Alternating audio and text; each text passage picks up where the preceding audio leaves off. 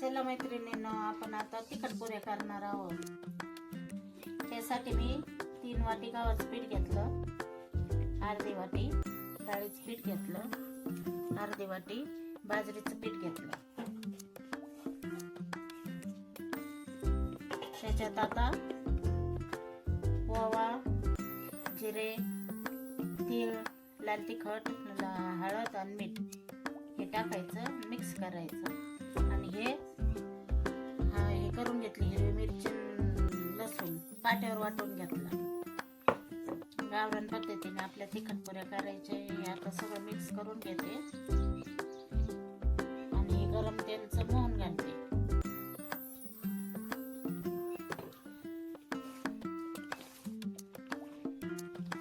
आता हे चांगलं मिक्स करून घ्यायचं, पिठाला चोळून घ्यायचं तेल चांगलं, कुरकुरीत पुऱ्या होत्यात. मग त्याच्यात हे मिरचीचा ठेचा, लसूण आणि मिरची बारीक करून घेतलेली. आता हे सगळं मिक्स करून घ्यायचं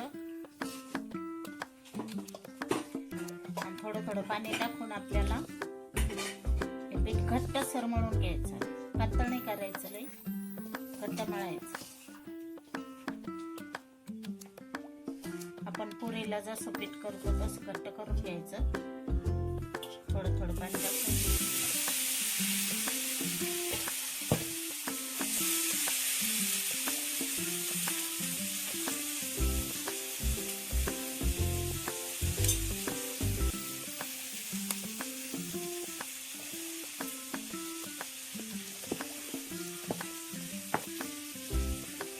याच्यात कोणी ज्वारीचं पीठ घालतं, कोणी बाजरीचं घालतं. थोडसा मैदा जर टाकला ना तर मग खूप कुरकुरीत होत्यात या पुऱ्या. पण आता मी इथं गव्हाचं, बाजरीचं, डाळीचंच घेतलेलं आहे. आता अशा प्रकारे आपण घट्ट पीठ मळून घेतलेलं आहे. 15 मिनिटात याला झाकून ठेवू, पुऱ्या करू.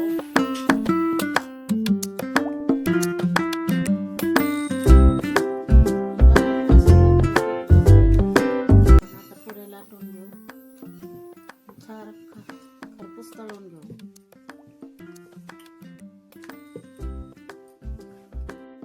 चला मैत्रिणींनो, अशा प्रकारे आपण अशा टम फुगलेल्या पुऱ्या तयार करून घेतलेल्या आहेत.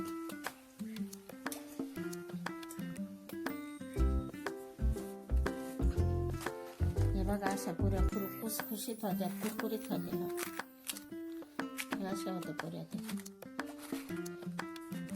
व्हिडिओ आवडल्यास लाईक शेअर करा.